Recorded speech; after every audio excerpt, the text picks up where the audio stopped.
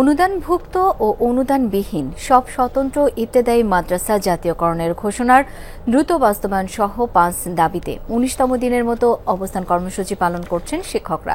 শুক্রবার সকাল থেকে জাতীয় প্রেস ক্লাবের সামনে অবস্থান নিয়ে বিক্ষোভ করছেন তারা। তাছাড়া জাতীয়করণের গেজেট প্রকাশ না হয় আগামী রোববার প্রেস ক্লাব টু যমুনা অভিমুখে লং মার্চের ঘোষণা দিয়েছেন ইবতেদায়ী মাদ্রাসার শিক্ষকরা। আন্দোলনরত শিক্ষকরা জানান, আমলাতান্ত্রিক জটিলতা ও প্রতিহিংসার কারণে আন্দোলন অব্যাহত রাখতে বাধ্য হচ্ছেন তারা। বিভিন্ন অজুহাত দিয়ে চাকরি জাতীয়করণের কাজ ঝুলিয়ে রাখা হয়েছে।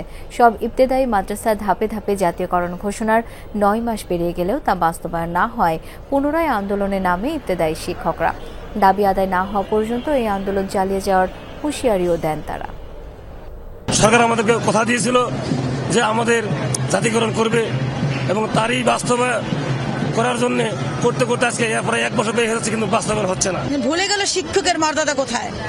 তারা শুধু অত্যাচারী করেন, এক শিক্ষকের মাথায় এত জোরে লাঠিঘাত করছে, ১৯টি ছেলে লাগে তার মাথায়। আমাকে রোববার জাতীয় প্রেস ক্লাব থেকে প্রধান দপ্তরে লং মার্চ আমরা পদক্ষেপ করব এবং যদি তার মধ্যেও কাজ না হয় তাহলে আমরা হয়তোবা আবার অন্য কোনো কর্মসূচি দিয়ে আমাদের যে আমাদের দাবি, এই দাবি বাস্তবায়নের জন্য আমরা চেষ্টা করব। নতুন ব্লেন্ডে আরো রিচ অ্যারোমায় সেলন ফ্যামিলি ব্লেন্ড টে। দর্শক, এই মুহূর্তে জাতীয় প্রেস ক্লাবের সামনে রয়েছেন সহকর্মী তানভীর মৌসুম। আবার যাব সরাসরি তার কাছে। তানভীর, শিক্ষকরা তো আজও অবস্থান কর্মসূচি পালন করছেন, কি বলছেন তারা? শাওন ইবতেদায়ী মাদ্রাসার যে শিক্ষকরা রয়েছেন তারা আজকে জাতীয় প্রেস ক্লাবের সামনে আজকেও তারা তাদের অবস্থান কর্মসূচি পালন করেছেন। সেই অবস্থান কর্মসূচি এখনো চলমান এবং আমি বর্তমান পরিস্থিতিটা একটু দেখাতে চাই। এখানে ঠিক কি পরিমাণ মানুষের সমাগম হয়েছে, জমায়েত হয়েছে সেটি আমরা দেখতে পাচ্ছি।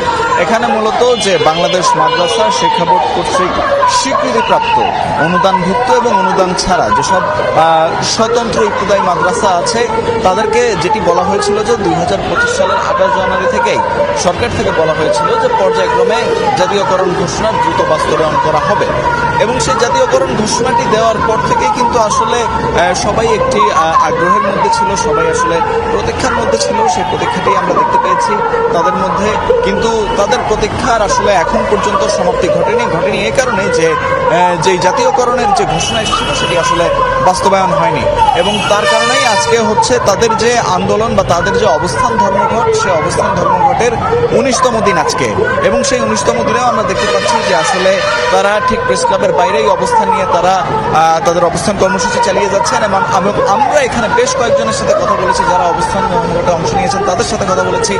তারা বলেছেন যে বিগত দিনগুলোতে আসলে তারা কি আসলে বঞ্চনা এবং বৈষম্যের শিকার হয়েছেন এবং তারা আসলে কি তাদের যে দাবি দেওয়া সেগুলোর বাস্তবায়ন সেগুলো নিয়ে কিন্তু তারা বলেন।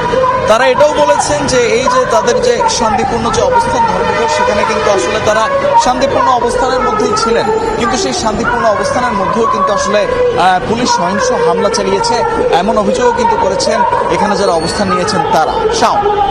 তানভীর, ধন্যবাদ আপনাকে।